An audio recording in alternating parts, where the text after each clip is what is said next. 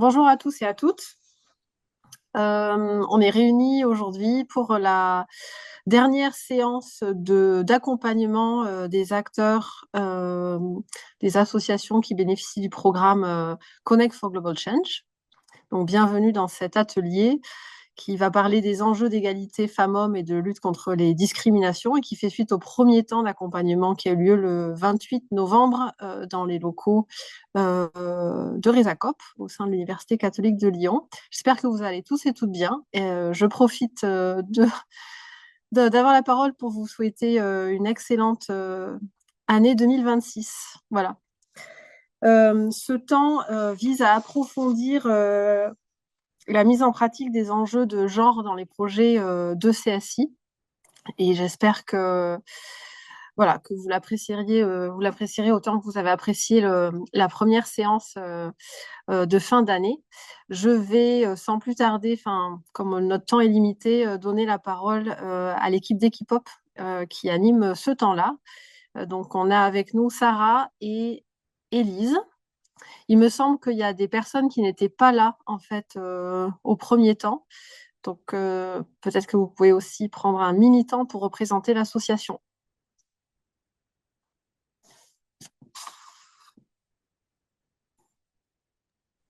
Élise, tu veux y aller? Ah ben oui, je peux présenter Equipop sans souci. J'étais en Allez. train de... bonjour à toutes et à tous.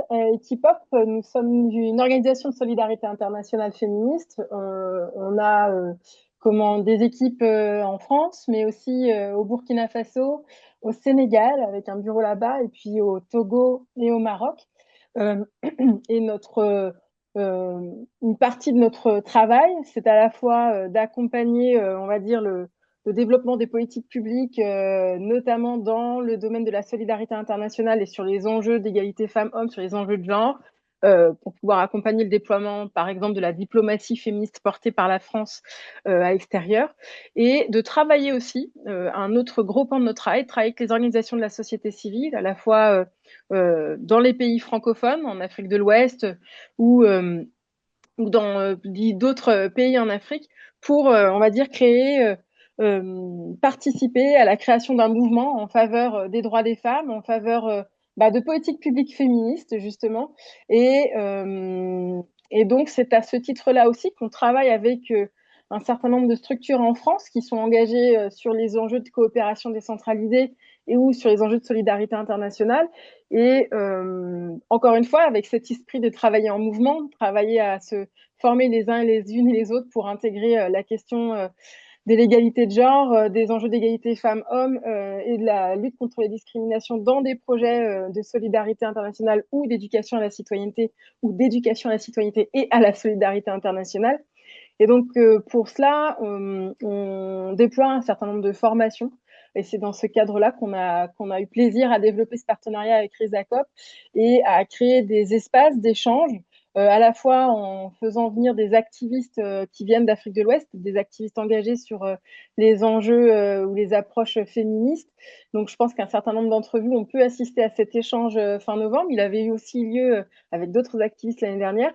Et puis, créer ces espaces d'échange de pratiques, d'échanges de pratiques entre acteurs de Lexi pour pouvoir donc guider un peu ces échanges-là, pour pouvoir prendre un temps de réflexion ensemble sur comment est-ce qu'on peut mieux intégrer la lutte contre les discriminations dans nos projets.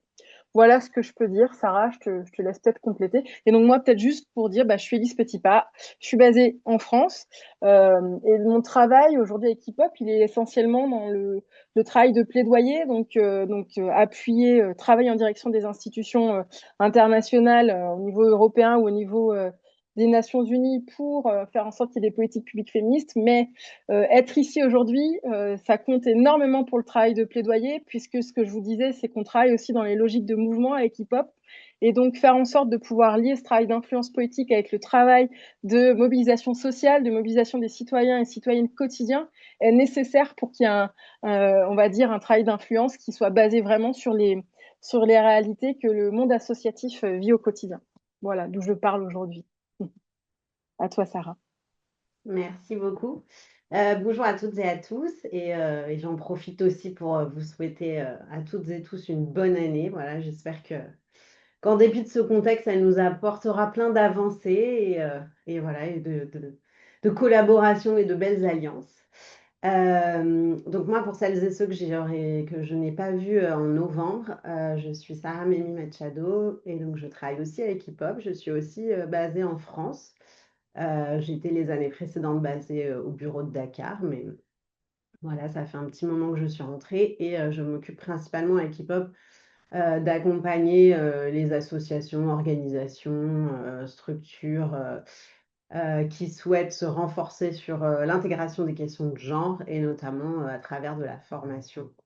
Voilà, mais pas que. Élise a brassé déjà un panel assez large de tout ce qu'on peut faire autour de nos enjeux. Et du coup, bah, je suis très contente de vous retrouver aujourd'hui pour ces 2 heures et demie que l'on va consacrer aux enjeux d'égalité femmes-hommes et de lutte contre les discriminations. Et du coup, alors j'essaye de faire avancer mon écran. Voilà, super. Pour démarrer, ce qu'on voulait vous proposer, alors déjà, première chose, je ne sais pas si vous avez toutes et tous reçu un questionnaire assez bref de validation des acquis qu'on aurait souhaité que vous puissiez remplir. Donc, si ce n'est pas le cas, je ne sais pas, Marie-Alexia, s'il y a moyen de le repartager peut-être dans le chat, de remettre le lien. Mais voilà, l'idée, ce serait que vous puissiez prendre 2 minutes là en démarrant pour le renseigner et puis on le re-remplira à la fin de la séquence. Sarah, Ouais. s'il te plaît, en fait, dans le mail que j'ai envoyé, c'était vendredi ou jeudi, ou enfin la Mhm. semaine dernière, c'était un lien, c'était un document Word qui était attaché au mail. Donc, est-ce que tu veux pas plutôt que il l'ouvre sur l'ordi et qu'il regarde Ah les bah si, questions et si tout qui... le monde là, c'est parfait. Ouais, très bien. Est-ce que tout le monde peut retrouver ce mail-là que j'ai envoyé le mardi 13 à 14h14? Et donc, en pièce jointe, il y a un questionnaire validation des acquis. Donc vous verrez dans le questionnaire, il y a 2 parties, il y a avant la formation et après. Donc, voilà. C'est vraiment super court. Euh, Mais nous, ça nous permet de voir un petit peu si les principaux points abordés ont été clairs. Et voilà, et je crois que Marie-Alexia avait aussi expliqué qu'on s'inscrit dans une démarche là, de certification de nos formations. Et donc, ça nous aide beaucoup. Du coup, si vous pouviez remplir cela. Est-ce qu'on ne se laisse pas 1 minute pour que vous puissiez le remplir calmement et ensuite on redémarre? Est-ce que tout le monde là, vous pouvez me faire des petits pouces c'est bon? Ok, très bien, Après, on vous le renvoie à toi, Marie-Alexia, ou on le met dans le... super. En fait, vous pouvez l'envoyer, ça te va, Sarah, s'il te l'envoie Oui, directement? Ah, donc oui, oui, ensuite, il y a un parfait. second questionnaire, enfin, il y a la deuxième partie du questionnaire qui sera à remplir après, et vous pouvez l'envoyer directement à Sarah. Son adresse mail est en copie, en fait, de ce mail-là. Ou je vous referai un petit mail à l'issue de l'échange d'aujourd'hui pour vous rappeler. Mais voilà. Ok. Bon, je pense que tout le monde a le questionnaire, donc si ça vous va, on prend 1 minute pour le remplir maintenant, comme ça c'est fait. Et ça aide Equipop. Merci tout le monde. Ah, il y a Miroir qui pose une question. Oui, bonjour. En fait, c'est Sam et Chiara qui étaient là au mois de novembre. Et du coup, ils ne sont pas là aujourd'hui, Chiara, parce qu'elle n'est plus service civique. Et Sam a eu un contretemps. Donc, je prends le relais avec 2 autres personnes, mais nous n'avons pas du tout suivi la journée du mois de novembre. Donc, on ne peut pas répondre au questionnaire. Je verrai avec Sam pour qu'il puisse y répondre. Nous, on Euh, prend juste le relais aujourd'hui pour pouvoir un peu transmettre du coup tout ce qui va être dit et présenté du coup cet après-midi. Bah, merci beaucoup pour ça. Du coup, c'est Elisabeth, c'est ça, si je Oui, me... c'est Oui, ça. super. Non, alors théoriquement, le questionnaire qu'on a transmis pour cette séquence ne concerne que cette séquence, donc je pense que D'accord. c'est pas un problème, vous pouvez quand même le Ok. renseigner. En Ok, revanche, effectivement, à l'issue de tout l'accompagnement, il y aura sans doute un questionnaire un peu plus global. Et bon, bah là, voilà, il y aura peut-être des éléments sur lesquels vous aurez moins de billes, mais c'est pas grave. ok, Voilà, on sait qu'il y a, tout le monde ne peut pas participer à tout, que parfois les personnes changent et tout. Et ok. voilà. Alors, on va répondre. Eh Merci. bien, super, merci beaucoup. Je pense que On peut y aller, et puis je pense qu'on peut y aller, ouais. super. Alors, ce que je vous propose pour démarrer, bah, déjà, merci beaucoup d'avoir renseigné ce questionnaire. Pour démarrer, voilà, on voulait vous proposer, alors peut-être pas un tour de table complet à voir en fonction de ce que vous voulez dire et du temps, mais si quelques personnes, peut-être voilà, trois ou quatre personnes souhaitent nous faire un petit retour sur quelque chose qu'elles ont retenu de la dernière séance, donc la séance de novembre à Lyon. Ça peut être peut-être voilà, un élément qui vous a particulièrement marqué, une petite chose que vous avez mis en place depuis, que vous souhaitez partager au groupe, euh, en essayant d'être relativement concis si possible, parce on est assez nombreux aujourd'hui. Mais voilà, si on pouvait avoir trois, quatre prises de parole, ce serait super. Bonjour tout le Je monde, sais comment pas tu fermes la porte? qui voudrait se lancer. Et pensez à bien fermer vos micros aussi quand vous parlez pas, s'il vous plaît.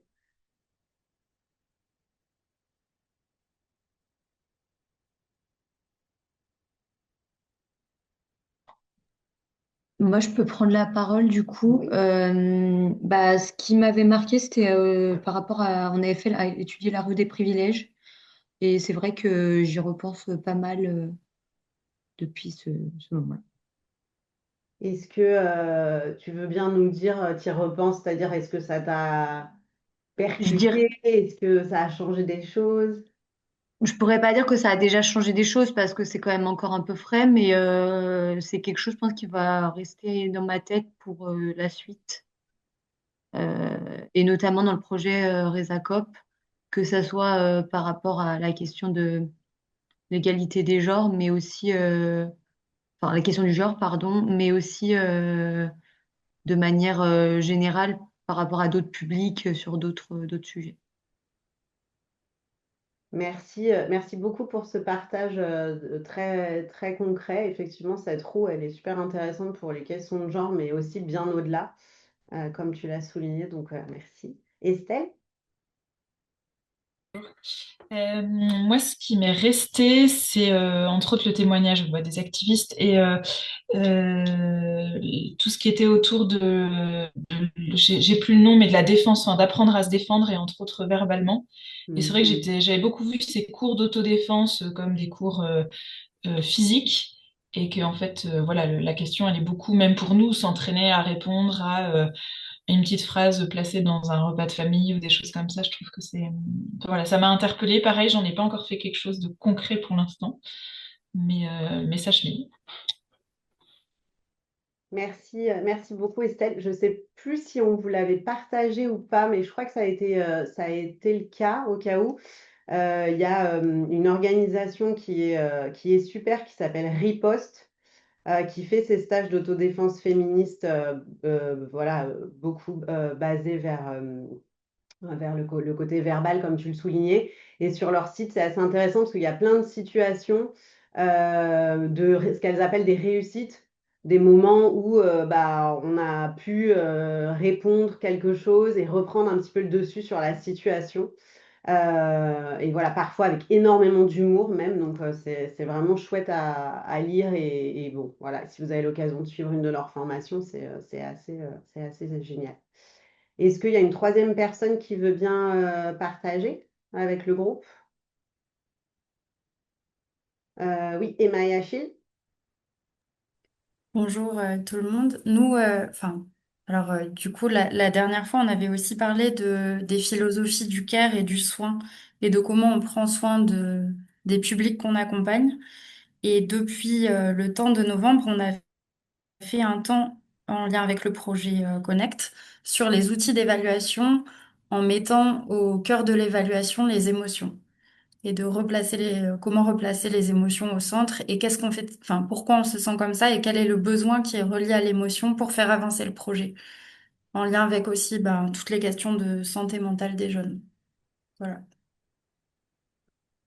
Merci beaucoup. C'est super intéressant et je trouve ça riche de voir cette déclinaison aussi très concrète. Et je dois dire que, enfin, je vois que Élise sourit un peu parce que cette question des émotions et qu'est-ce qu'on en fait et ce qu'on ressent dans les projets et comment on peut se mettre en mouvement par rapport à ça, c'est quelque chose qui commence à pas mal nous titiller aussi et sur lequel on commence à peine une réflexion. Donc, voilà, je me permettrai peut-être de vous écrire après pour en savoir plus sur ce que vous avez fait, parce que ça pourrait bien alimenter notre réflexion.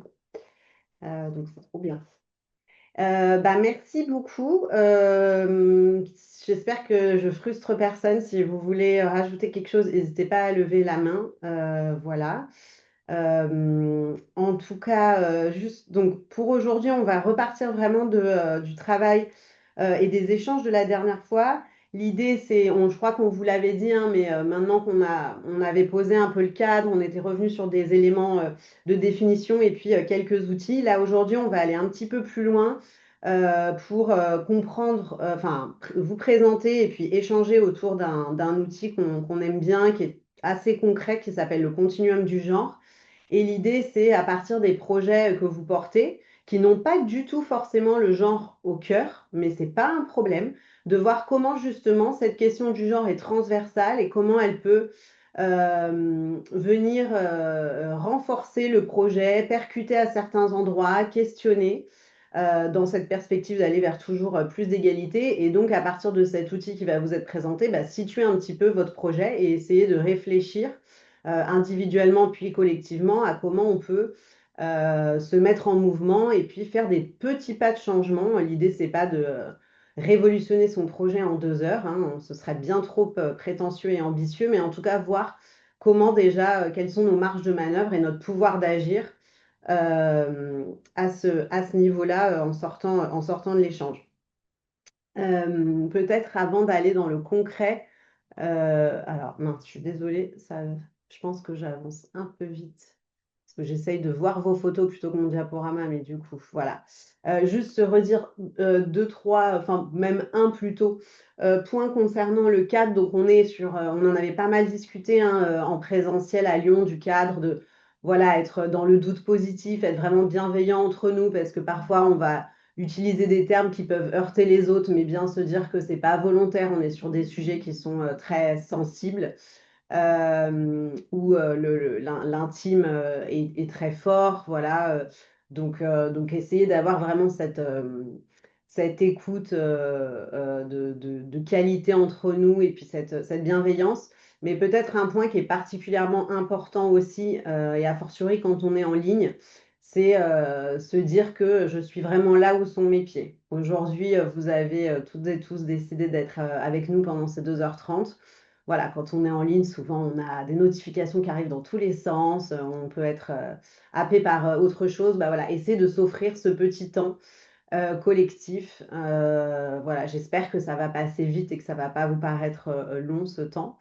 Mais d'essayer voilà, de rester toutes et tous ensemble pour cheminer sur ces 2 heures.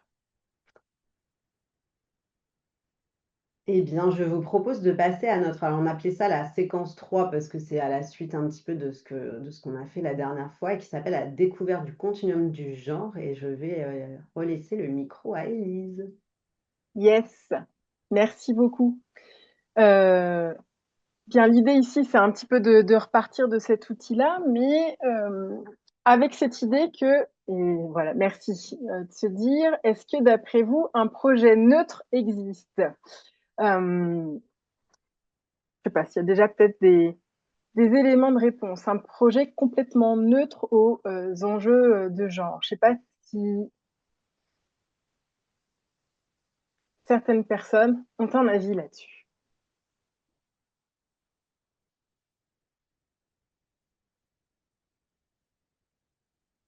Je vois pas. Ah oui, je t'en prie, Estelle.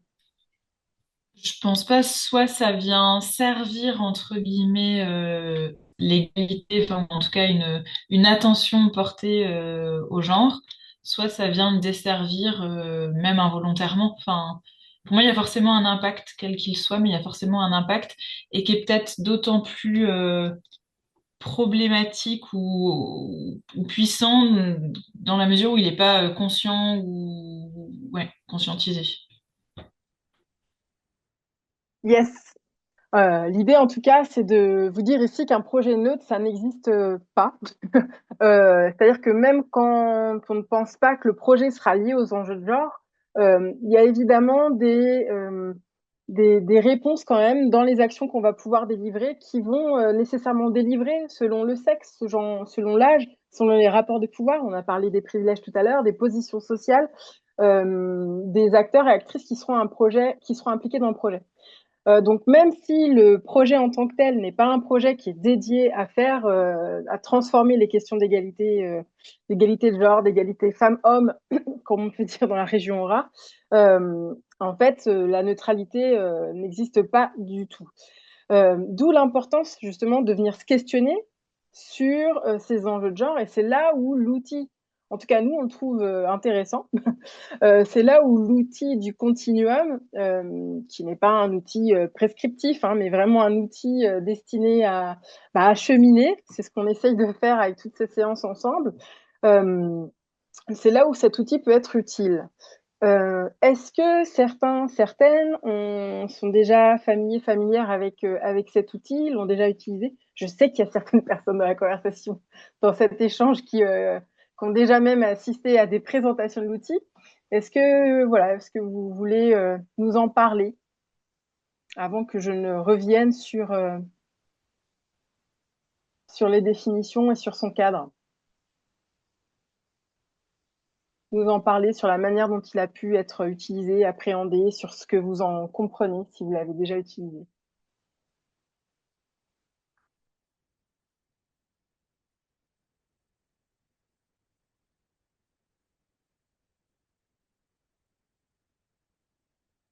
Il n'y a pas de main, hein, je vois pas bien. Non. Du coup, c'est un outil un peu nouveau pour la plupart d'entre vous.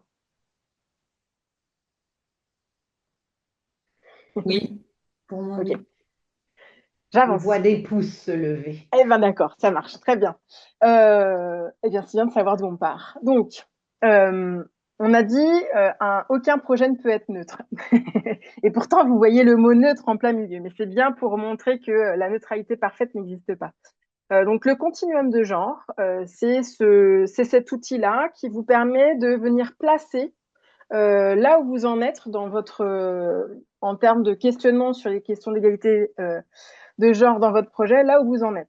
Et donc, c'est, si vous voulez, une sorte de grille de lecture qui offre un certain nombre de questionnements et qui vont dire, bon, voilà, est-ce que mon projet, dans la manière dont je le déploie, même si aujourd'hui, il n'a pas au cœur la question de l'égalité de genre, eh bien, dans la manière dont je vais cibler certaines personnes, dans la manière dont je vais organiser la gouvernance du projet, dans la manière dont je vais choisir d'organiser telle ou telle activité à telle ou telle heure, est-ce que je vais aller vers plus de transformation ou est-ce que finalement, je vais recréer des inégalités dans ce que je suis en train de déployer?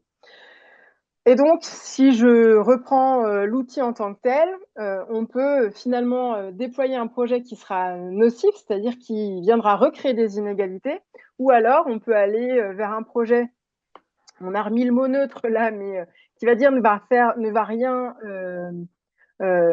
transformer en matière d'égalité femmes-hommes, mais ne va pas non plus activer un premier pas de transformation. On peut aller vers un projet qui va plutôt tourner autour de ce qu'on appelle de l'approche accommodante, donc qui va pas s'attaquer au système, qui va pas s'attaquer aux problèmes conceptuels, mais qui va reconnaître qu'il y a des besoins ou des contraintes différents selon les individus et selon leur genre. Et puis, sinon, on peut aussi avoir des projets qui vont aller vers plus de transformation sociale et donc qui vont travailler sur les normes et sur les structures sociales. Donc voilà, donc ça vous permet d'avoir un peu une grille de lecture sur là où vous en êtes, pardon.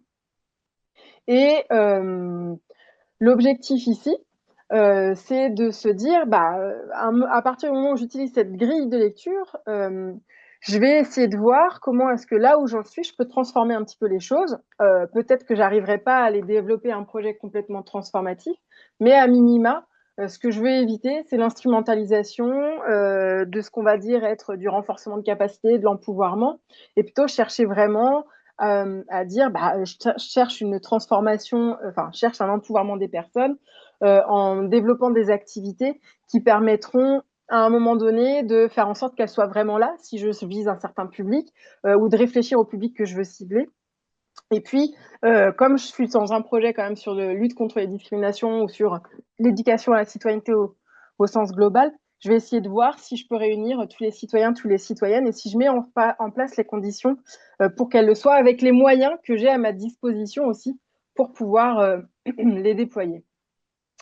Est-ce que, pour pouvoir avancer, ce que je vous propose, peut-être, c'est de faire un petit jeu parce que ça va être plus simple pour rendre les choses concrètes, pour se dire est-ce que je suis sur un projet plutôt nocif, plutôt neutre, plutôt conciliant ou plutôt vers une approche transformatrice, pardon. Et ce qu'on vous propose de faire, c'est de partir sur la base d'un cas pratique. Et sur la base de ce cas pratique, on va vous proposer différents types de scénarios. Et là, vous nous direz si d'après vous, on est sur plutôt une approche nocive, sur une approche neutre ou sur une approche conciliante ou transformatrice. Et on pourra revenir sur les définitions à partir de cet exemple-là, comme ça permet de rentrer un petit peu plus dans le, on va dire, dans le nerf de la guerre quand il s'agit d'utiliser cet outil-là. Alors, sauf si à ce stade, il y a des questions ou des ajouts, sinon après, je vous propose de présenter le cas pratique en question.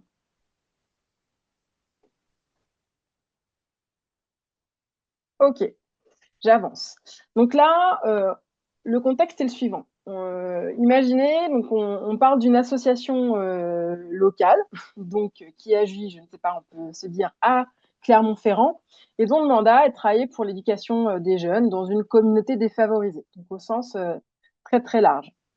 Et ils se rendent compte, cette asso se rend compte que les filles sont sous-représentées dans les programmes qu'elles déploient.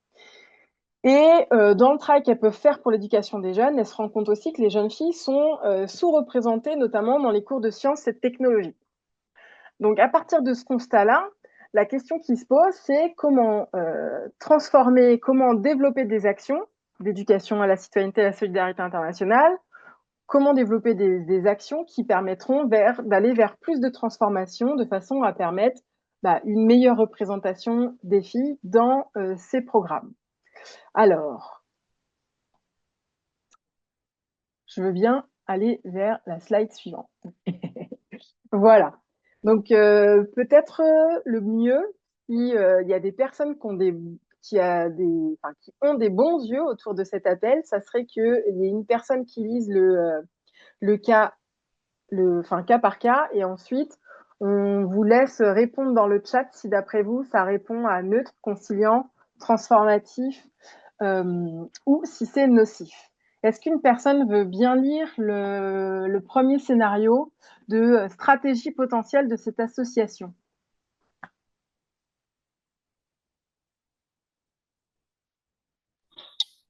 Merci Elodie.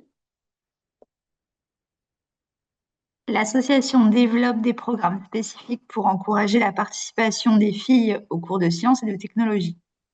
L'association travaille en collaboration avec des femmes scientifiques locales pour organiser des séances d'inspiration et des ateliers pour les jeunes filles. Elle met en place des bourses d'études spéciales pour les filles qui souhaitent poursuivre des carrières dans des domaines des sciences et des technologies.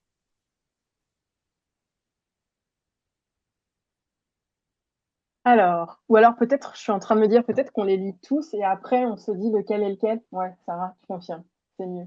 Qui veut lire le deuxième? Et vous pouvez peut-être réfléchir après en même temps. Je peux y aller aussi pour le deuxième. Merci.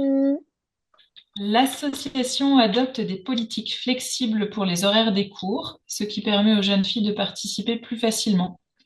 Elle organise des séances de tutorat et de soutien spécifiquement pour les filles, pour les aider à combler les écarts de compétences dans les matières scientifiques. Des mentors féminins sont mis à disposition pour les jeunes filles afin de les guider dans leur choix de carrière.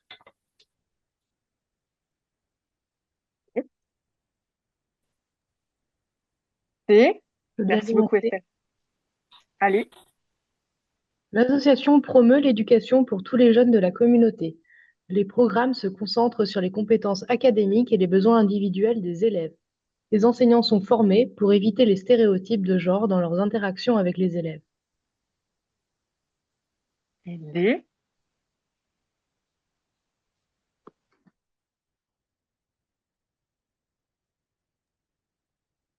Je veux bien y aller. Allez, merci L'association beaucoup.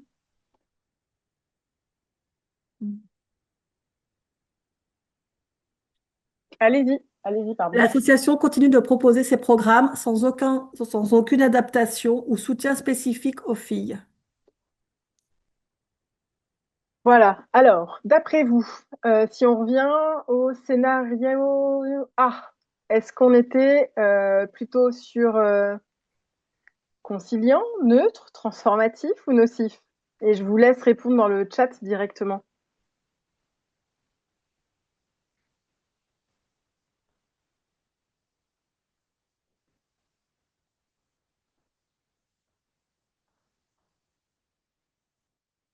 Vous pouvez écrire dedans. Ou alors c'est moi qui ne vois pas. Pour le A.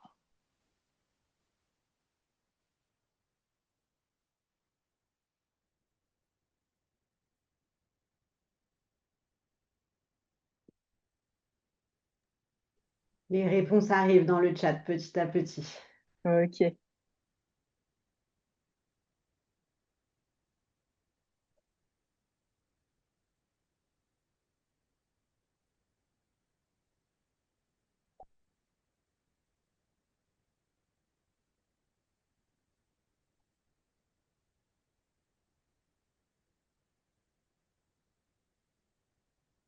On a une très grande majorité de transformatifs pour le A.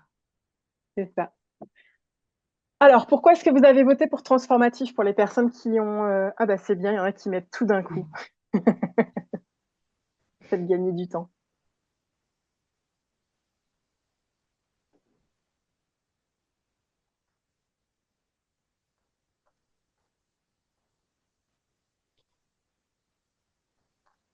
Je laisse encore...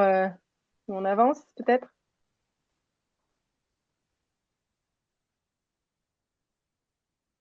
Est-ce qu'une personne veut prendre la parole sur pourquoi est-ce que le premier scénario est transformatif?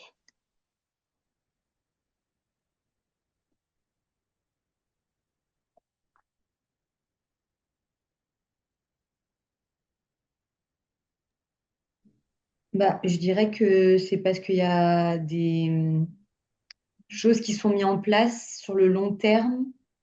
C'est pas juste une petite adaptation, c'est des choses à long terme pour que les filles puissent participer à ces cours et que derrière, elles puissent aller plus loin dans le développement de ces apprentissages et potentiellement même de leur carrière ou des choses comme ça, quoi. Yes. Travailler sur le contexte, le cadre, pour pouvoir avoir des effets au-delà du projet. Exactement. Ensuite, pour le scénario B, je vois qu'il y a déjà une partie des personnes qui ont pu répondre.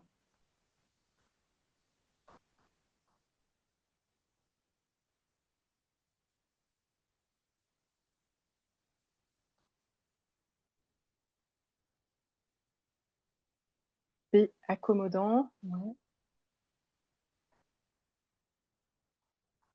Accommodant, conciliant, c'était un peu transformatif, accommodant.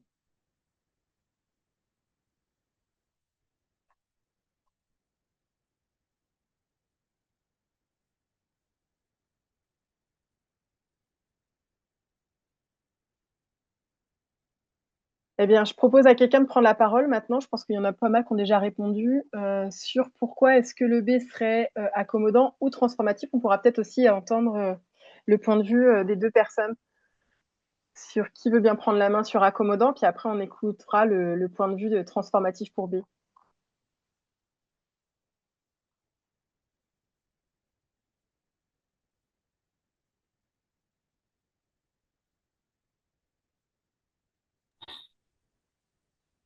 Allez-y, hein, arrachez le micro. C'est-à-dire, pour le coup, moi, la différence que je vois par rapport au, parce que j'ai eu du mal à distinguer quand même par rapport au premier, c'est que le premier, il y a toute une côté aussi, enfin, il y a un enjeu à plusieurs niveaux, il y a quelque chose au niveau du partenariat, j'allais dire extérieur aussi à ce qui se passe à l'association, et que là, au niveau du B, il y a un début, mais ça va pas, c'est pas forcément dans le long terme ou pour la prochaine promo, il y aura toujours les mêmes choses à mettre en place. On n'est pas sur du structurel, quoi.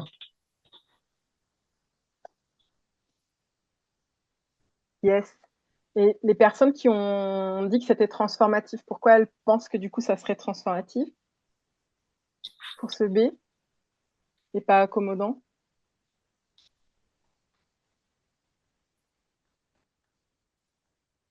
Sauf si j'ai mal lu dans mes réponses. N'hésitez pas à prendre le micro, hein.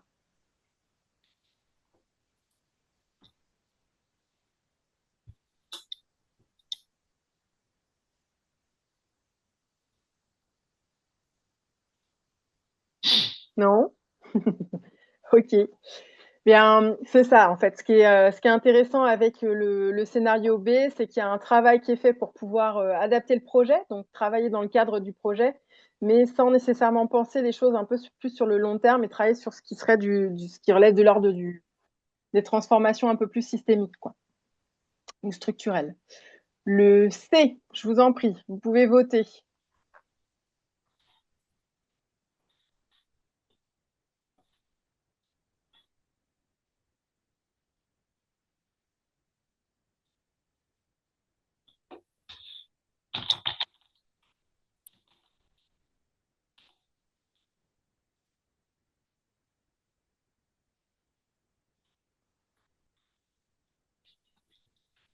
Nous avons un grand arrivage de neutres C'est ça, en moulon géant qui arrive. c'est ça. Moi, je crois que là-dessus, s'il y a quelqu'un qui veut prendre la parole.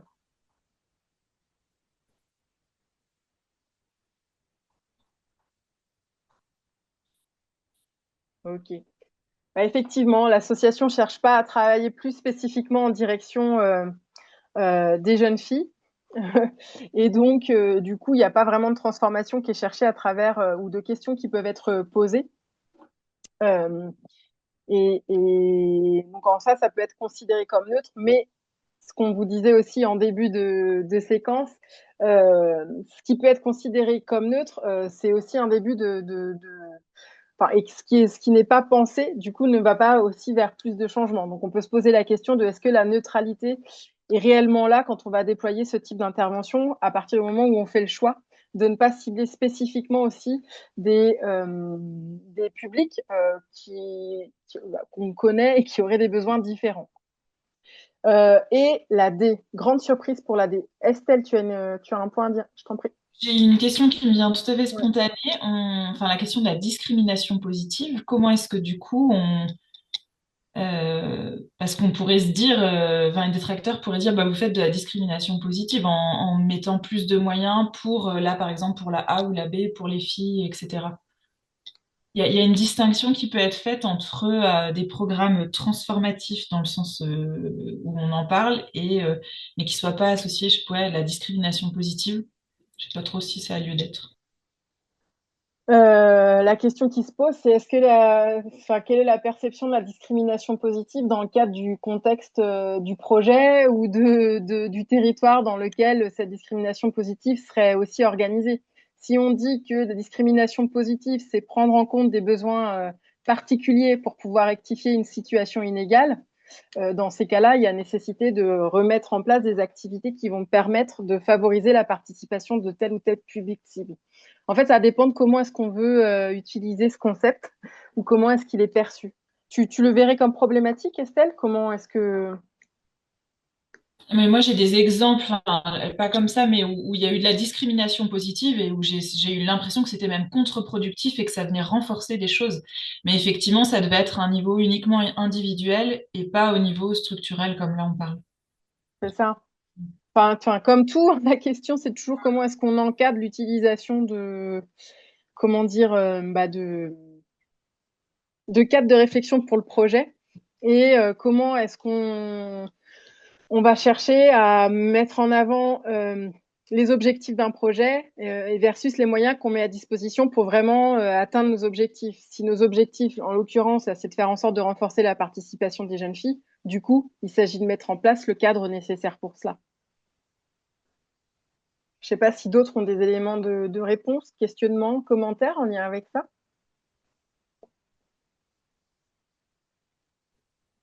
Peut-être sur ce point, je pense que c'est ce que vous êtes aussi en train de dire en filigrane, mais ce qui fait qu'à un moment donné, ça va être vraiment transformateur, c'est si on s'attaque aussi aux racines du problème et à ce qui fait système.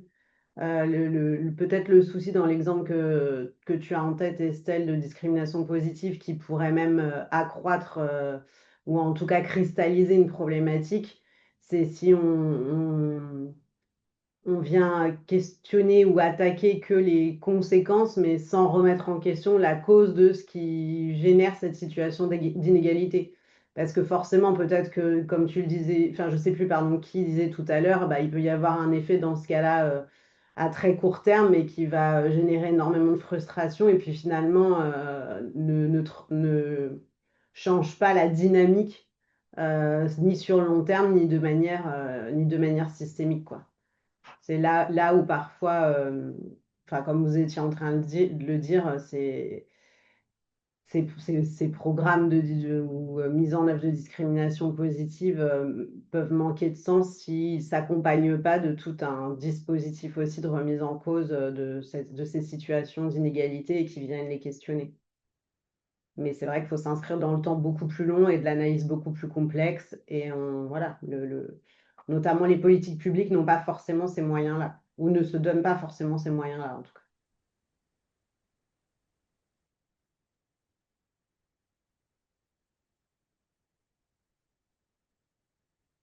Pas forcément.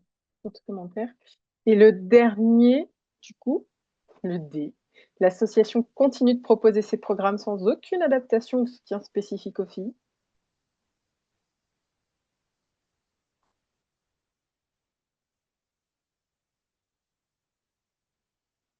Yes. On n'a pas fait un exercice trop compliqué. Je vois bien que la plupart des personnes répondent nocif. Donc ouais, c'est nocif, notamment en lien avec les objectifs qu'a pu se donner l'association. Elle n'a rien mis en place pour pouvoir rectifier le tir, on va dire. L'objectif ici, dans tous les cas, et merci, je pense que la plupart ont bien répondu, c'était de voilà, un peu appréhender l'outil qui, comme tout outil, n'est pas parfait.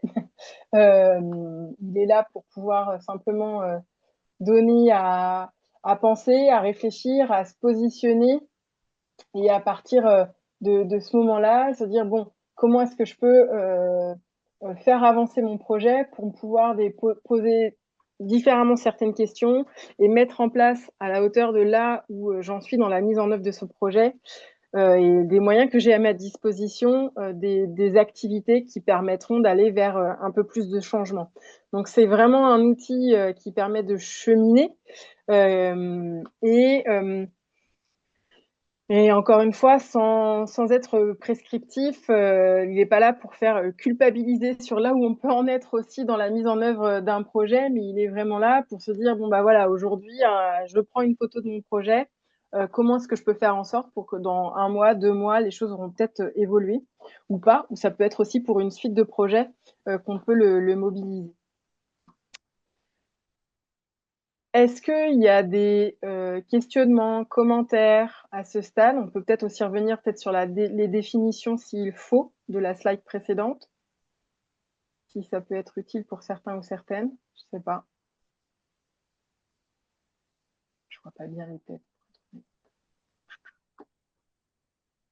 Peut-être qu'en lisant aussi ces définitions et puis à travers le petit jeu qu'on vous a proposé, ça résonne aussi sur, enfin comme voilà, Estelle parlait d'un cadre de discrimination positive, mais peut-être que ça résonne aussi vis-à-vis de certains projets sur lesquels vous avez pu travailler ou dont vous avez entendu parler. Voilà, n'hésitez pas aussi à nous en faire part. Dans un deuxième temps de ces 2 heures ensemble, chacun, chacune va voir aussi où se situe son projet, enfin, ou en tout cas le projet sur lequel vous souhaitez travailler par rapport à ce continuum. Mais peut-être que voilà, dès à présent, ça vous évoque des choses que vous souhaitez mettre en partage. N'hésitez pas.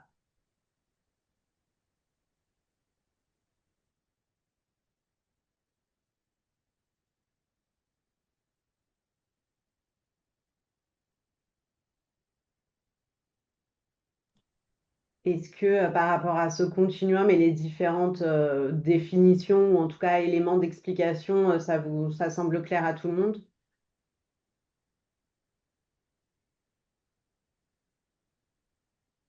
Vous retrouverez aussi cet outil, si je ne me trompe pas, Marie-Alexia, dans le toolkit euh, que Oui, vous tout à avez. fait. Tout à fait. Moi, je profite d'avoir le micro pour indiquer que je trouve que les exemples sont particulièrement marquants parce que dans les projets, on a souvent des projets qui sont ouverts à tous et à toutes, accueil, tu vois, de chacun, euh, en disant que, enfin, avec cette approche par les droits où chacun et chacune peut venir et on les accompagne, mais c'est intéressant de voir que justement, quand on creuse un peu, on voit ces inégalités et que finalement, on voit que les, les services ou le chemin pour arriver à quelque chose n'est finalement pas le même pour certaines personnes, et notamment si il y a des facteurs qui font qu'elles sont à la croisée de plusieurs discriminations, ce qui en fait renforce les inégalités et que voilà, enfin cette différence qu'on a avec, enfin quand on voit un projet où on accueille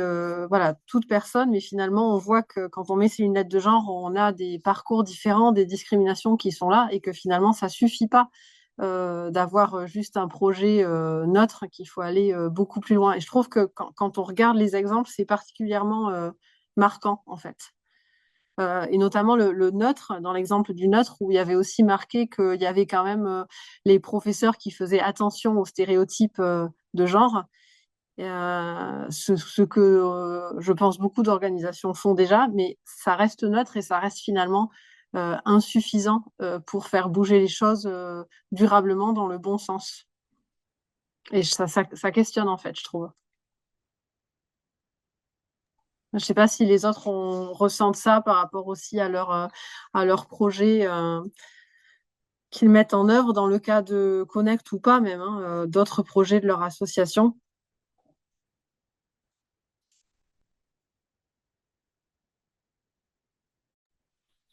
Bah, clairement, moi, je les ai trouvées compliquées ou piégeuses dans la mesure où, en fait, d'un premier abord, c'est intéressant. On a l'impression qu'il y a quelque chose qui est fait, qui est adressé pour ces jeunes filles.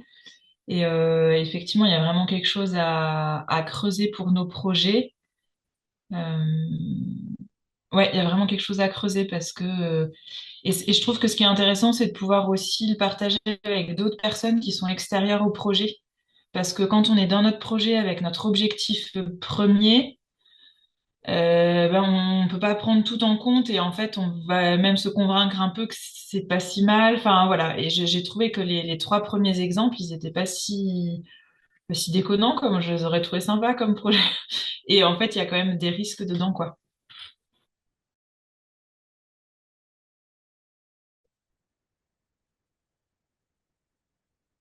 Prise de parole.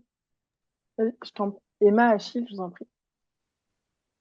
Oui, moi, ça me faisait penser aussi aux institutions en fait qui sont très peu formées et à la manière dont sont formulés les appels à projets où ça transpire pas du tout et où jusqu'à il y a peu et encore aujourd'hui dans certains appels à projets, enfin, là où on va attirer l'attention, c'est combien vous avez de filles, combien vous avez de garçons. Voilà, donc ce qui va faire des gros amalgames entre parité et égalité de genre profonde dans le projet, ce qui ne tient pas compte de certains besoins, parce que des fois, on a besoin de projets, par exemple, qui seraient en non-mixité, mais du coup, selon leurs critères, ça induit beaucoup en erreur. Et même, je vois parfois, vis-à-vis de certaines institutions, de se dire, bah, mon projet ne porte pas sur les questions de genre, mais je fais voilà, des choses sur l'égalité de genre qui transpirent dans tous les projets. Des fois, même à des gens au sein des institutions, c'est compliqué de leur faire prendre conscience de ça. Et on passe pour des gens qui sont à côté de la plaque en parlant du genre, alors que notre projet, je sais pas, il est sur la justice alimentaire, alors que c'est lié. Mais je pense qu'il y aurait un gros besoin de formation là-dessus aussi, ça aiderait.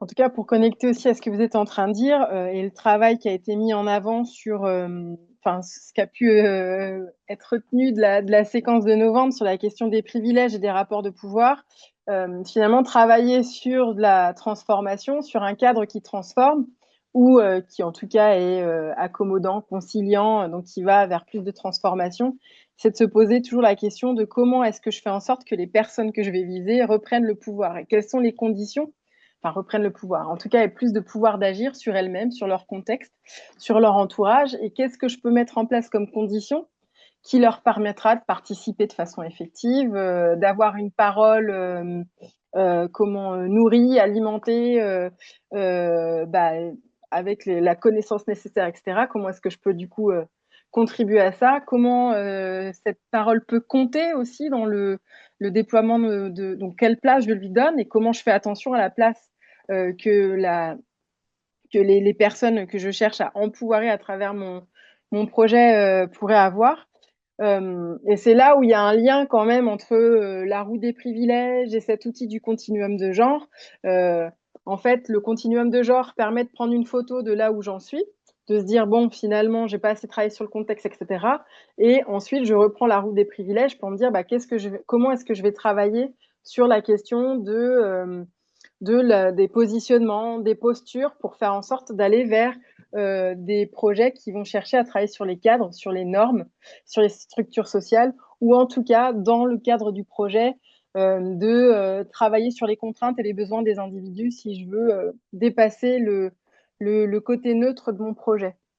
Donc, tous ces outils, encore une fois, ce sont des grilles de lecture, ce sont des outils pour pouvoir accompagner les réflexions, poser des questions un petit peu différemment, prendre de la hauteur, prendre du recul. Ils ne sont pas prescriptifs, ils ne sont pas là pour évaluer où vous en êtes, mais bien pour pouvoir vous accompagner pendant tout quand vous allez devoir cheminer sur le déploiement des activités.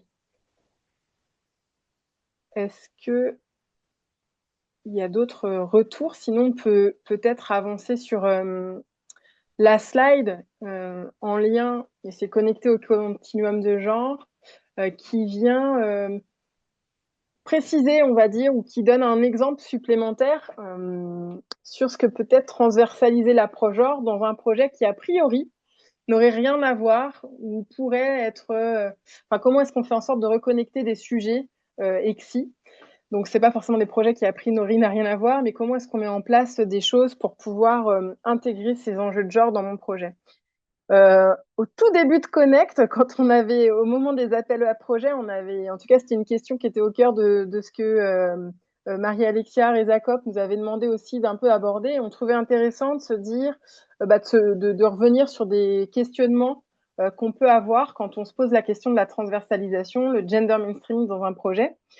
Là, on avait pris un exemple en lien avec climat et genre, c'est-à-dire que des projets liés à tout ce qui est changement climatique peuvent aussi amener des questionnements sur comment est-ce que mon projet sur le changement climatique peut transformer les questions d'égalité et notamment d'égalité de genre. Et là, ce qu'on aimait bien comme type de question, c'est pour un peu vous donner de la matière aussi pour vos différents projets, c'était de se poser la question de comment est-ce que les impacts de mon projet, quand je vais faire un travail sur la question d'égalité de genre, peuvent être différenciés. Donc, comment est-ce que le travail sur le changement climatique ou mon projet spécifique va avoir un impact différencié sur les hommes, les femmes, sur les personnes qui vivent dans les marges? Est-ce que je m'assure que toutes les voix sont incluses? Comment je fais en sorte que dans les activités que je vais organiser, qui sont, je sais pas, par exemple, une fresque sur le changement climatique, comment je peux faire en sorte que les personnes qui vont participer soient pas toutes avec le même profil. Comment je vais chercher celles qui seraient pas forcément un profil qui viendrait à mes fresques du climat, mais et, mais qui ont une voix et des expériences qui seraient hyper intéressantes pour ce que j'essaye de faire en matière d'éducation à la citoyenneté. Donc réfléchir à la manière dont j'organise mes activités, où est-ce que je les organise, à quel horaire aussi. D'autres questionnements qu'on peut se poser pour pouvoir aller vers plus de transformation, c'est la question des supports pédagogiques qui sont utilisés. Est-ce que j'utilise que des supports qui vont parler qu'à un certain public, ou j'essaye de comment est-ce que j'organise une diversité de supports, que ce soit support oral, ciné-débat, théâtre, forum, etc. Mais aussi comment est-ce que j'essaye de développer des supports qui vont réfléchir directement, si on en revient à comment intégrer la question, comment faire allier genre et climat, comment moi-même j'essaye de développer des éléments sur climat et inégalité. Voilà, ça peut être un autre type de question à poser. Et puis, se poser aussi la question de si moi, dans mon projet, j'arrive pas directement à voir comment est-ce que je peux transversaliser le genre, ou comment est-ce que mon projet intègre une perspective, une vision sur les enjeux d'inégalité de genre. Peut-être que j'ai un intérêt à nouer des partenariats avec des associations ou d'autres types d'acteurs ou actrices spécialisés de ces enjeux pour pouvoir m'amener à penser un petit peu différemment mon projet. Et donc, on pourrait très, très bien envisager dans les activités qui sont organisées des choses entre une organisation spécialiste des questions environnementales et d'autres spécialistes des enjeux de défense des droits des femmes ou des questions féministes. Donc, ça nous paraissait intéressant de vous poser un petit peu ces questionnements ici sur comment intégrer la transversalisation du genre pour pouvoir aller vers plus de transformation ou penser à des activités un petit peu différemment. Je ne sais pas ce que ça peut vous évoquer, ce que je viens de vous dire là. Si c'était assez clair aussi, n'hésitez pas à dire si vous avez des retours.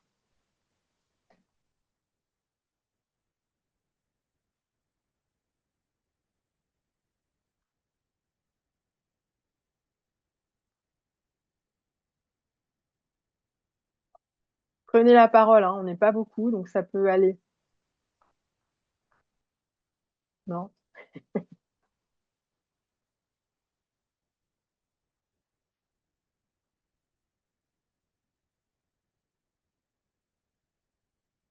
Ok. Eh ben, ce que je vous propose, du coup, c'est de clore un peu cette séquence, avant d'aller vers plus un travail individuel, sur vos projets. Peut-être faire le petit récap, Sarah. Je crois que c'est la slide après. Ah, on devait faire la pause avant. J'ai cliqué trop vite, c'est tout. Voilà, on est au bon endroit, au bon moment, c'est parfait. Ok, c'est bon. Bon, en tout cas, le message qu'on souhaite faire passer et puis qu'on souhaite mettre en discussion aujourd'hui avec vous, c'était de se dire que le genre est en filigrane de tous les projets, même s'il n'est pas au cœur. Et donc, le fameux projet neutre n'existe pas. D'une manière ou d'une autre, il est possible de pouvoir se poser des questions pour justement mettre en place des activités qui prennent en compte ces questions de discrimination de genre. On peut dépasser la neutralité d'une action où il faut se poser des questions pour faire en sorte de, à minima, ne pas être nocif. Le genre n'est donc pas en fait un thème en plus, une box à checker quand il s'agit de faire le suivi de projet, mais ça peut être justement une nouvelle grille de lecture, une manière d'enrichir la manière dont on va déployer ces activités pour pouvoir mieux prendre en compte cette question des privilèges dont on a beaucoup parlé en novembre, et puis éviter des effets pervers, d'avoir des activités qui viendraient empouvoirer qu'un seul type de public, et puis de passer à côté aussi d'autres publics qui n'auraient pas nécessairement accès au savoir, aux connaissances, alors ces publics-là ont un rôle clé à jouer dans la transformation de nos sociétés. Encore une fois, je reviens sur cet outil du continuum. L'idée, c'est pas d'être prescriptif, mais d'utiliser comme une grille de lecture. Donc, il n'y a pas une bonne ou une mauvaise place. Enfin, bon, l'idée, c'est d'éviter d'avoir un projet nocif quand même. Mais c'est plutôt de se dire, bon, voilà, je prends conscience de là où le projet dans lequel je suis impliquée se situe. J'essaye de me poser des questions. Et à partir de ce moment-là, qu'est-ce que j'ai le pouvoir de faire, de transformer à minima pour aller vers plus de transformation. Voilà. Et encore une fois, si vous avez un commentaire, une réflexion, n'hésitez pas à ouvrir votre micro. Tout cela est bienvenu. Moi, je vais peut-être rajouter juste un prie. tout petit point en résonance avec, avec quelque chose qui a été dit par le groupe. Je crois que c'est Marie-Alexia qui l'a amené au moment de la réflexion sur le continuum, qui est qu'effectivement, ce chemin-là et la manière aussi dont les projets vont impacter dépend aussi de là où se situent les personnes et de la croisée des discriminations qu'elles peuvent subir. Et là, du coup, enfin, tu l'avais sans doute formulé de manière un peu différente et peut-être plus claire, mais l'idée, c'est juste de se remémorer aussi les réflexions qu'on a pu avoir en novembre autour de l'intersectionnalité. Voilà, on avait travaillé sur ce terme, sa définition, aussi quel type de grille de lecture c'était et pourquoi c'est important. Et ça c'est vraiment intéressant aussi et merci de l'avoir remis sur la table, de retracer aussi ce continuum au regard de ces enjeux d'intersectionnalité. Notamment sur euh, les différences ténues que vous avez évoquées entre parfois un projet qui va être transformateur ou accommodant, etc. Bah, ces questions-là, elles sont aussi à se poser au regard des profils des personnes qui sont embarquées dans les projets. Bien évidemment. Enfin voilà, je pense que vous l'avez en tête, mais je trouvais que c'était intéressant aussi de recroiser avec ce qu'on avait vu à ce moment-là. Et puis voilà, pour aller dans le sens évidemment de ce que Élise a dit, tous ces outils qu'on vous partage, voilà, il y a des manières très opérationnelles de les remobiliser. Vous en avez fait part en introduction et voilà, et pour nous, c'est super intéressant et très chouette de exemple concret. Ça peut ne pas être utilisé de manière très opérationnelle, mais venir vous percuter à titre individuel ou même collectif. Je pense notamment à la roue des privilèges. Voilà, parfois, on s'en sert pas en tant que tel, mais en tout cas, ça nous questionne beaucoup sur qui on est, où on se situe, nos postures et nos pratiques. Cet outil du continuum, voilà, il vous permet aussi, et on va le voir dans un deuxième temps, mais d'analyser un peu où vous en êtes dans votre projet, vers où vous voulez aller. On vous a proposé dans la diapo juste avant, avec l'exemple sur genre et climat, quelques petites questions ou axes d'analyse à regarder en particulier quand on n'est pas forcément sur un projet genre, mais qu'on veut aussi venir le renforcer. Voilà, donc toute cette petite palette d'outils, après à vous de vous en saisir en fonction de ce que vous voulez faire dans votre projet. Et puis aussi, voilà, de vos appétences, de là aussi où vous vous sentez à l'aise. Encore une fois, l'idée, c'est, enfin, il n'y a pas de bonne ou mauvaise manière de faire, mais l'important, c'est juste de se questionner et d'aller de l'avant, quoi. Voilà. Si quelqu'un ou quelqu'une a des questions ou un commentaire à faire, n'hésitez surtout pas. Et après, on va vous proposer un petit temps de pause pour pas s'enchaîner 2h30 en ligne, parce que ça peut être assez lourd. Et puis, je sais pas, je crois que c'est Emma qu'on a parlé, mais peut-être c'est quelqu'un d'autre, je suis désolée. Voilà, on a le souci du prendre soin, donc prendre quelques minutes chacune pour aller boire un coup, faire ce qu'on a envie, ça fait du bien aussi. Donc, voilà. S'il y a un petit commentaire ou un petit retour avant, ou même une préoccupation que vous voulez partager, n'hésitez pas. Et si tout va bien pour tout le monde, eh bien, on se retrouve. Quelle heure est-il? 15h12, on se retrouve dans 10 minutes. Ça vous va? Alors, après cette petite pause, je vous propose de poursuivre avec une séquence qui va être un peu plus autoréflexive. L'idée, c'est à partir de votre projet. Alors, si jamais il y en a parmi vous qui suivent plusieurs projets, n'hésitez pas à choisir voilà, celui sur lequel vous souhaitez travailler et d'essayer de voir un petit peu où est-ce que vous vous situez, enfin où est-ce que ce projet plutôt se situe par rapport au continuum du genre et vers où vous souhaiteriez aller et comment finalement aller vers plus de transformation dans ce projet. Alors, pour cela, on vous propose de travailler à partir de cette illustration, cet outil.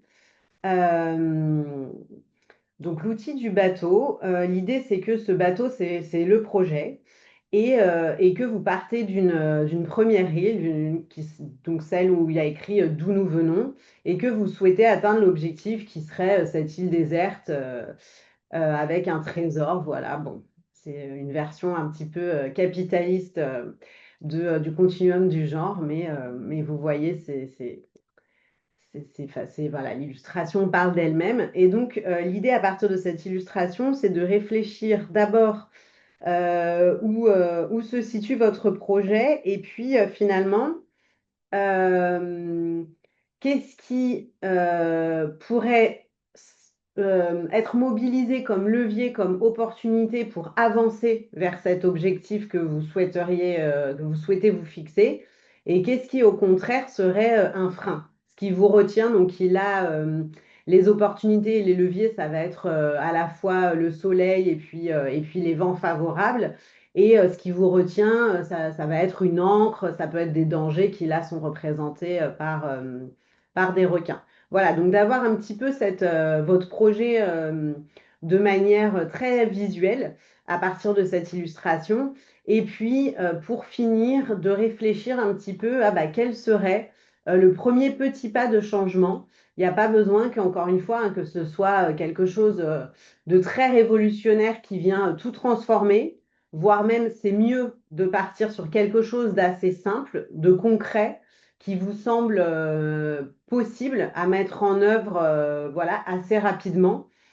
Donc, tout à l'heure, quand on a fait un petit peu le tour des retours de la session de novembre, voilà, vous avez dit, moi, cet outil, il m'a fait réfléchir là-dessus.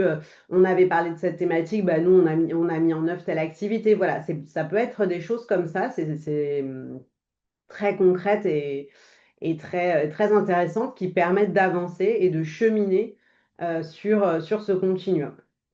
Voilà. Et ensuite, après cette réflexion, peut-être on prendra deux prises de parole pour voir un petit peu quels sont vos retours par rapport à votre projet et à cet outil à mettre en partage aux autres. Et ensuite, on ira se mettre en deux groupes pour réfléchir collectivement à finalement quels sont nos leviers en tant qu'association d'EXI pour aller vers plus de transformation individuellement, mais surtout collectivement, pour que vous puissiez partir aussi avec vos propres billes collectives pour avancer.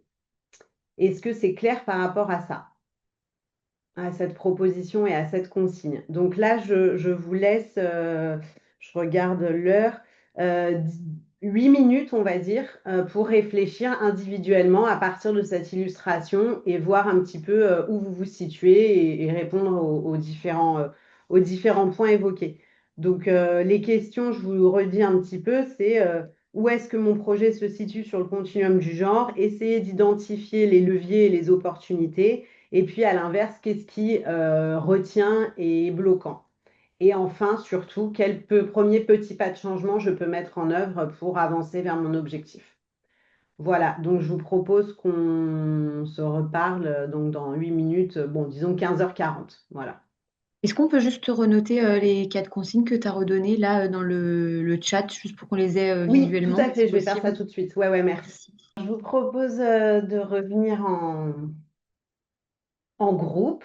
Voilà, j'espère que cet outil, cette illustration et cette manière de penser vous a semblé utile.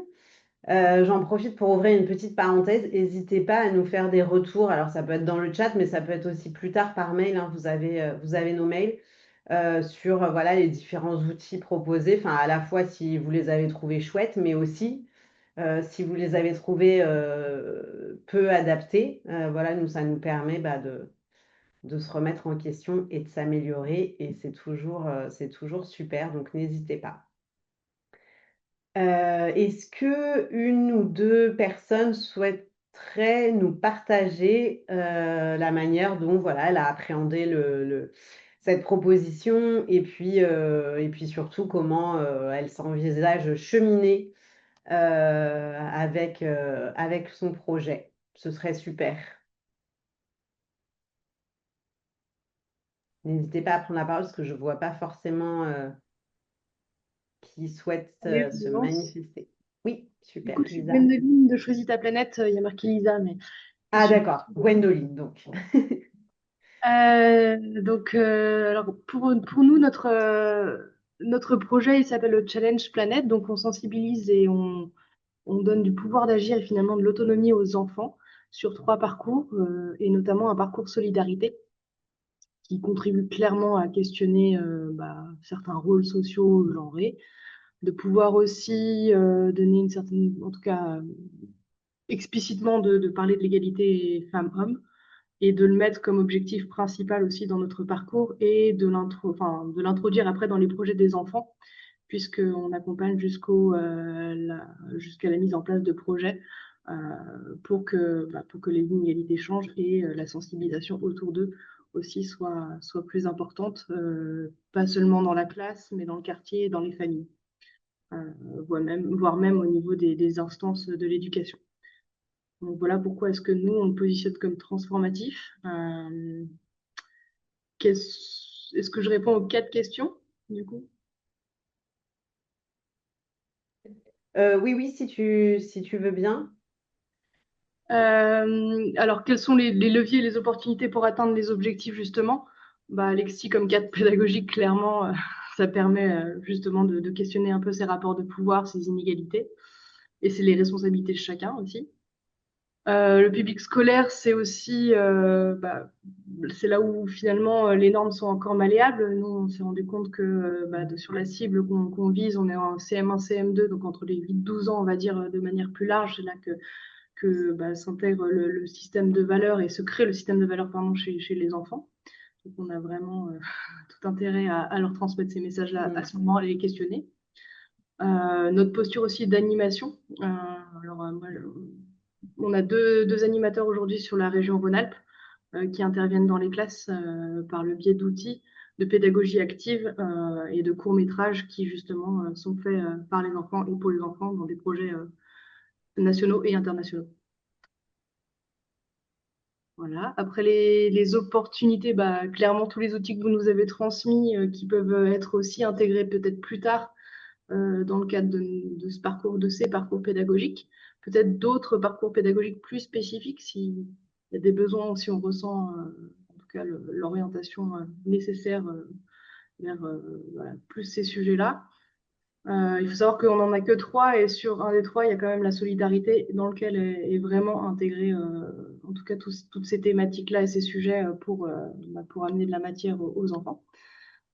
Les blocages qu'on rencontre, je dirais le cadre scolaire et le milieu dans lequel on intervient, où tout va dépendre après des messages qui sont passés et de l'enseignement, enfin finalement l'enseignement qui est très inégalitaire en fonction de sur qui on tombe, même si on a l'éducation nationale qui oriente et qui donne enfin, il y a une vraie liberté pédagogique aussi.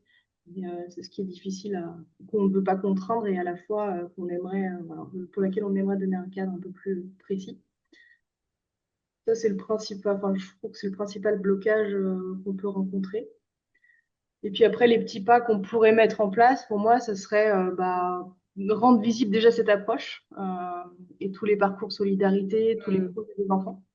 De manière plus large, c'est ce qu'on essaie de faire cette année. On réunit de plus en plus nos partenaires pour justement les sensibiliser au projet des enfants, au projet du territoire et comment est-ce qu'on peut les impliquer de plus en plus dans ces projets d'éducation à la citoyenneté opérationnelle.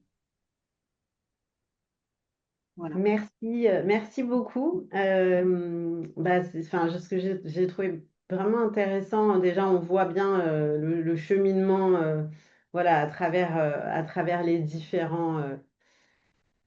différentes étapes de ce bateau. Et ce que j'ai trouvé intéressant aussi dans ce que tu as amené à chaque étape, c'est qu'il y a des choses qui sont vraiment qui relèvent du niveau individuel. Notamment, tu parlais de la posture, pour donner un exemple, hein, mais la posture des animateurs, et puis du niveau plus collectif, et puis même du niveau institutionnel. Donc, on voit que là, dans la réflexion, il y a déjà plusieurs niveaux qui ressortent, et donc plusieurs niveaux sur lesquels il y a contrainte, mais il y a aussi levier d'action. Donc ça, c'est vraiment intéressant, et ça nous rappelle aussi que tout ça ne peut pas se faire qu'à une échelle, mais qu'en fait, on est sur quelque chose de plus général.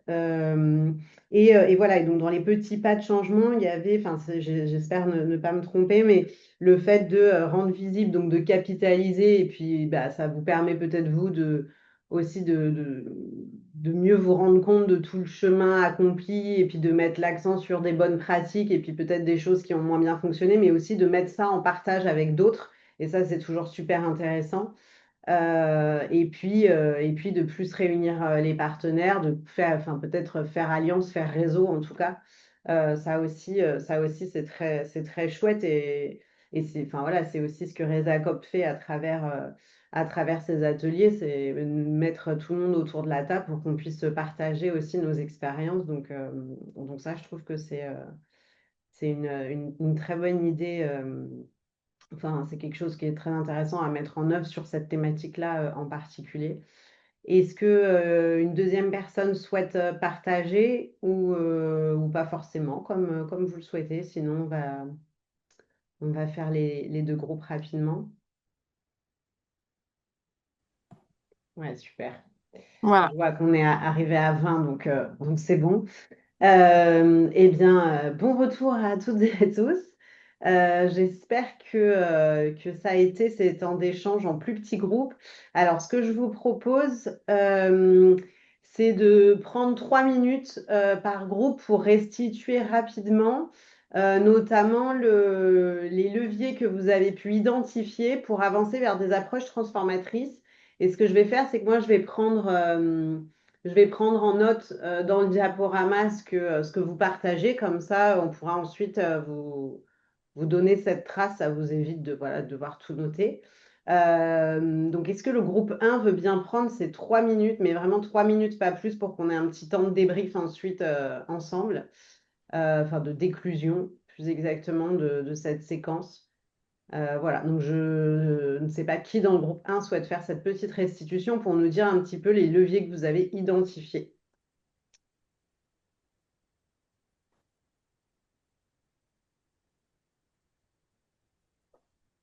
Et si vous n'en avez pas identifié, vous n'avez pas eu le temps, peut-être dans ce cas, soit on demande au groupe 2, soit nous dire, voilà, qu'est-ce qui a semblé difficile? Est-ce que finalement vous identifiez beaucoup plus de contraintes que de leviers? Je ne sais pas trop qui est le groupe 1. Oui, c'est vrai Je que crois que là, tu étais groupe 2, Estelle. Je rends le micro. Après, donc, moi, je peux faire des les points, personnes qui mais je n'étaient pas peux... avec Estelle. C'est ça.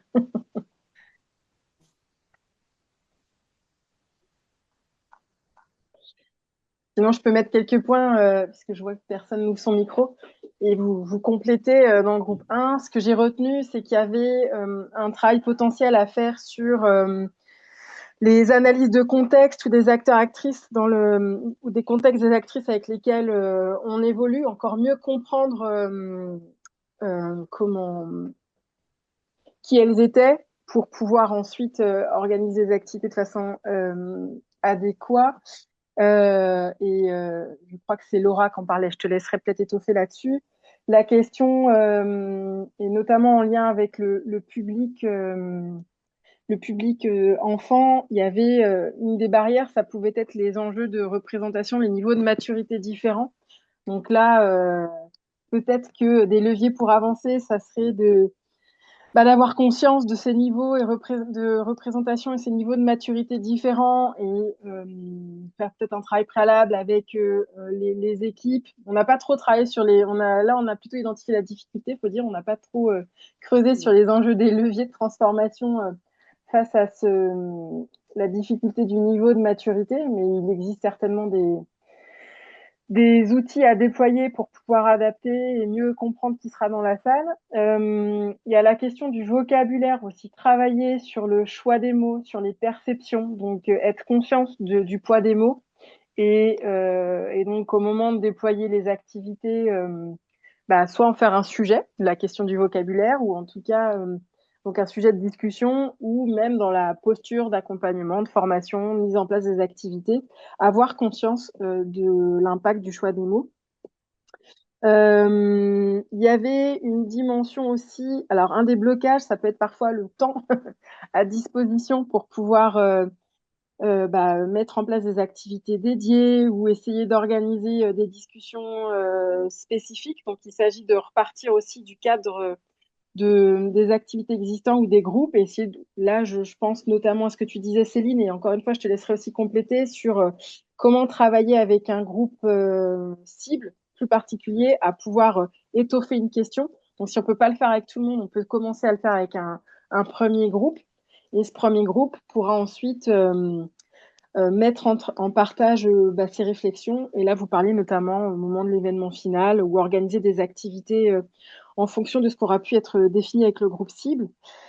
Il y avait aussi une réflexion qui était de mettre en place certaines activités en non-mixité ou en mixité choisie. Enfin voilà, travailler sur qui est dans le groupe, en tout cas. Et voilà. Et après, il y a comment réintégrer ces enjeux-là directement au sein des thématiques.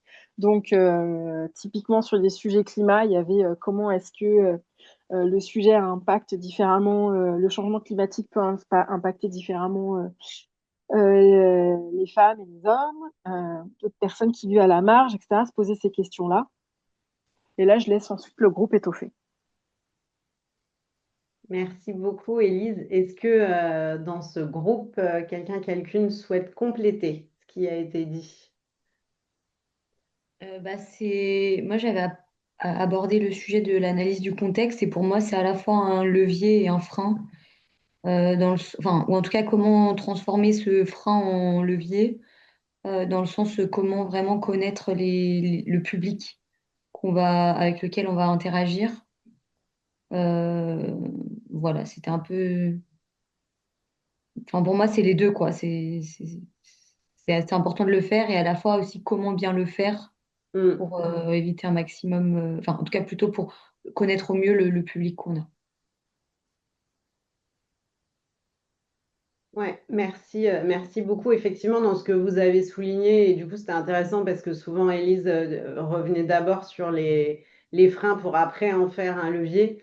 On voit que les choses sont souvent en miroir, ce qui va à la fois constituer un levier ou une opportunité ou un vent favorable, et aussi ce qui va rendre les choses plus complexes, peut-être plus difficiles, qu'elles vont s'inscrire dans un temps plus long aussi et qui vont également ouvrir des interstices dans lesquels on risque potentiellement de nuire.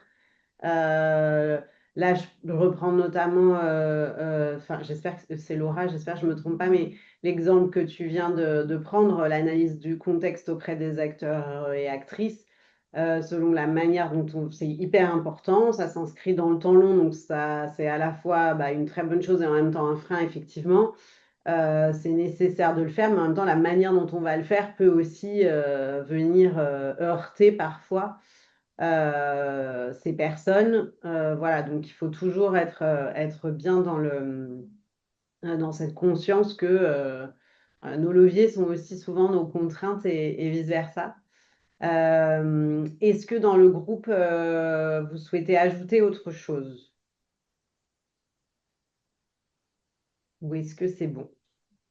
Sinon, peut-être, n'hésitez pas soit à intervenir directement ou même à le mettre dans le chat. Et je vous propose que le second groupe restitue et vienne compléter tous ces leviers. Donc, qui est, je crois, le groupe d'Estelle, si je ne me trompe pas. Il y a quelqu'un qui est motivé. J'ai l'impression qu'on a eu plus des freins, mais Pas grave. ouais. Il y avait, ouais, non, c'était difficile de trouver ce qui permet de passer à un plus transformatif, ce qui permet de passer de l'individuel à l'organisationnel. Je suis en train de relire vos notes, donc je ne vais pas vous les redire. Euh, Là, il y avait un exemple, enfin, je reprends du coup ma situation, c'était d'aller vers, davantage aller vers, c'est-à-dire que là, on a constitué, par exemple, sur notre projet, on a constitué des groupes où on invite les jeunes de différentes structures à venir à nous. Et en fait, on voit que c'est compliqué, en tout cas avec ce public cible-là. Et l'idée d'aller vers, ça pourrait permettre en plus de régler certaines difficultés où on sait que les mercredis, il y a les activités sportives. Les soirs, on sait que ça va mettre en difficulté certaines filles ou que ça va freiner au niveau de certaines familles sur les trajets, etc. Enfin voilà, on les connaît ces freins-là, mais sans avoir l'impression, enfin, j'ai pas l'impression de résoudre le problème. Et en même temps, c'est complexe de se dire on bascule sur quelque chose de plus systémique, où on va faire de la prévention auprès des familles, ou s'arranger pour qu'il y ait des bus, que les gamines soient safe. C'est à un niveau totalement autre, quoi. Surtout que je ne sais pas si vous connaissez l'actualité de Romans-sur-Isère et de notre maire à BFM TV, voilà, qui crie au malheur des quartiers. Enfin, c'est du coup se dire que l'aller vers, finalement, c'est aussi une réponse dans la posture, ce que je me dis. Et il y avait un autre groupe qui était aussi de faire avec, je reprends un peu ce que vous disiez là, Elisabeth, le projet Miroir, enfin d'art, de l'IDART, de faire avec, il y avait un groupe de jeunes un peu conséquent au début, puis qui s'est un peu amoindri, et faire avec ceux qui sont là, si j'ai bien compris, de se dire qu'à un moment on est lancé dans le projet aussi, et on s'adapte aussi en fonction de ceux qui se rendent présents, si je reprends un peu l'idée. Oui, c'était ça. C'est surtout qu'on pensait avoir un groupe cible de base dans le cadre de notre projet avec du coup des jeunes qui sont identifiés. En tout cas, on a un groupe de jeunes qu'on a vu beaucoup d'octobre à décembre. L'idée, c'était de constituer un groupe de jeunes de base avec qui, du coup, on fait l'apprentissage, du coup, des ODD, de la discrimination, de l'égalité homme-femme, en utilisant l'art et en travaillant sur des savoir-faire et des savoir-être pour après aller sensibiliser dans d'autres structures. Et ce qui était important pour nous, c'est qu'on ait quand même un ou deux jeunes qui soient assez présents sur l'ensemble des vendredis après-midi, puisque c'est le créneau qu'on a choisi. Et aujourd'hui, là, à la rentrée, ce qu'on se rend compte, c'est que pour différentes raisons, ces jeunes-là, ils sont plus ou moins là. Et on en a d'autres qui arrivent par d'autres biais, du coup, sur les publics vulnérables qu'on a cités dans notre projet, puisque c'est eux qu'on visait, du coup, en termes de jeunes. Voilà. Donc, on a la mission locale qui va arriver en février. On a une association d'accueil de jour qui vient là assez régulièrement. Donc l'idée, c'est vraiment du coup de commencer avec eux et puis de voir où on va. Peut-être que parmi ces jeunes, effectivement, on va arriver par rapport à cette pyramide dans laquelle on est, de dire on débute, on informe, et peut-être qu'on va pouvoir aller plus loin, qu'il y en a certains qui seront susceptibles de pouvoir ensuite aller dans les structures pour sensibiliser, informer. Donc, on poursuit on poursuit notre bonhomme de chemin pour aller vers la transformation puisque le but, c'est d'aller sensibiliser ailleurs, autrement, et notamment avec l'art, et puis d'arriver à un festival qui aura lieu au mois de mai et qui servira aussi à aller porter tout ça, quoi. Merci beaucoup. Du coup, il me semble entendre dans ce qui vient d'être partagé, c'est que un des, un des moteurs d'action, c'est d'aller essaimer après tout ce travail auprès d'autres structures avec les jeunes. Donc ça, c'est super, parce que c'est tout ce qui était évoqué vraiment remettre au cœur les publics concernés, enfin, voilà, leur donner ce pouvoir d'agir là et embarquer finalement le public concerné qui là serait les jeunes enfin, à toutes les étapes et même dans l'essaimage ensuite de ces partages autour de l'art. Donc ça, je trouve que c'est super et c'était effectivement bien partagé avec le faire avec. Et puis aussi cette volonté d'utiliser Alors là, j'ai mis divers supports parce que je note très vite, mais ce dont on parlait tout à l'heure aussi, d'avoir une diversité de supports pédagogiques, de transmission, de partage. Ça, c'est aussi un moyen d'aller vers quelque chose de beaucoup plus transformateur pour être dans des savoirs euh, plus situés, plus adaptés et pouvoir aussi embarquer différents publics. Voilà, et ce que vous disiez aussi au départ sur le aller vers et questionner ses postures. Et puis aussi, je trouve que tout ce que vous avez partagé est très intéressant parce que ça fait écho et c'est peut-être vers ça qu'on voulait conclure avec Élise, que il suffit pas de choisir d'aller vers des approches plus transformatrices. C'est difficile, c'est long, on avance, on recule parfois, on chemine. Voilà, il n'y a pas un chemin direct. L'important, c'est voilà, de se questionner en permanence et puis parfois c'est plus intéressant, même souvent, d'observer ce cheminement-là que d'atteindre son objectif en tant que tel. Euh, et là, on voit bien dans ce que vous avez partagé déjà de commencer la restitution en disant bah, finalement, on a noté beaucoup plus de contraintes que de leviers. Oui, c'est sûr. C'est pas étonnant. Et voilà, et ça montre que c'est quelque chose qui est difficile. Et peut-être que ça, on l'a pas beaucoup dit cette fois-ci avec Élise, mais je pense qu'on l'avait plus dit quand on s'était vu à Lyon. Nous-mêmes, à titre individuel, mais aussi au niveau de la structure, on chemine, on se questionne en permanence et on vit aussi beaucoup d'allers-retours sur ces sujets.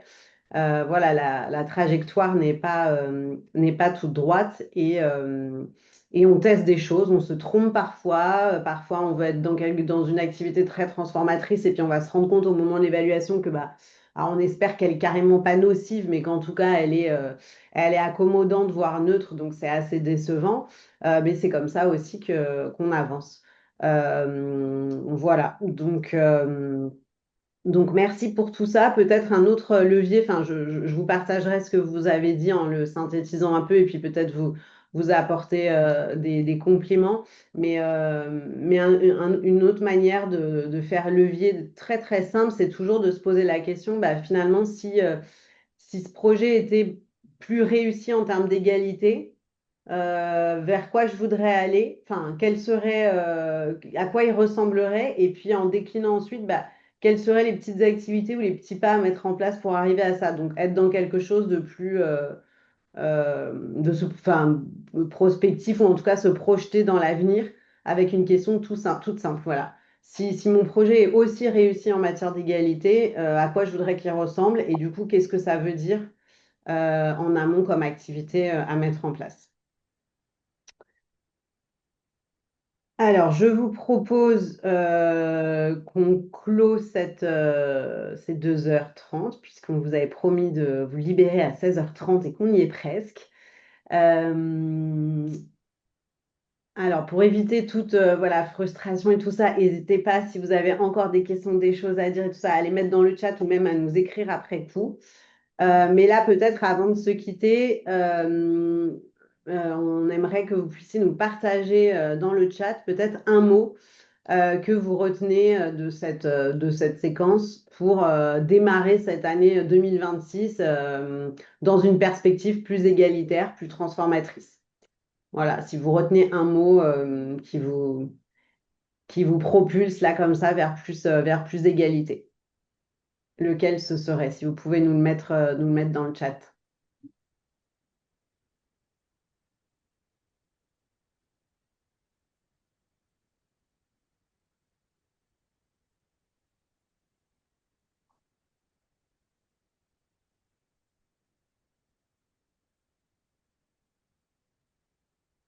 Alors, je vois transversalité.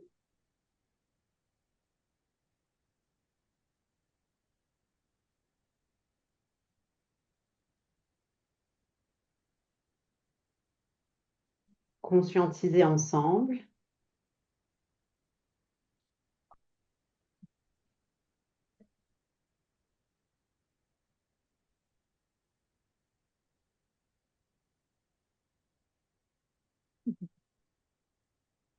Levier et transversaliser l'approche genre, oui.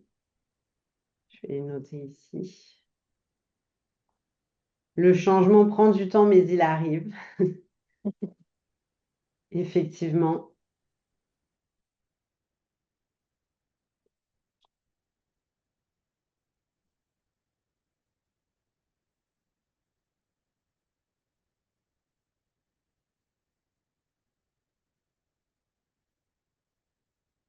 Retour à l'humain et ouverture dans la simplicité. Penser aux racines.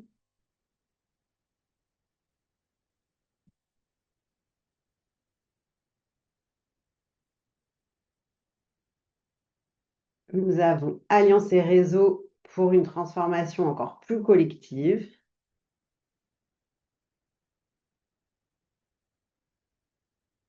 Écouter l'autre.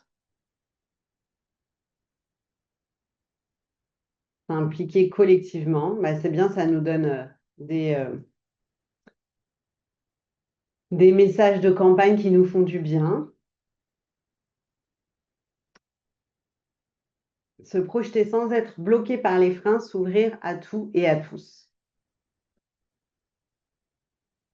Merci beaucoup pour tout ça. N'hésitez pas, celles et ceux qui n'ont pas encore partagé leurs mots, je vais essayer de tous les garder. Avoir une approche solidaire et bienveillante. Merci beaucoup. Et voilà, et du coup, on aurait besoin que vous puissiez renseigner à nouveau le petit questionnaire donc dans la partie après la formation. Et si vous pouvez le renvoyer par mail, je vais vous envoyer un message tout de suite, comme ça vous aurez mon mail directement, de nous les partager le plus rapidement possible. Voilà, idéalement d'ici la fin de la semaine, ce serait super.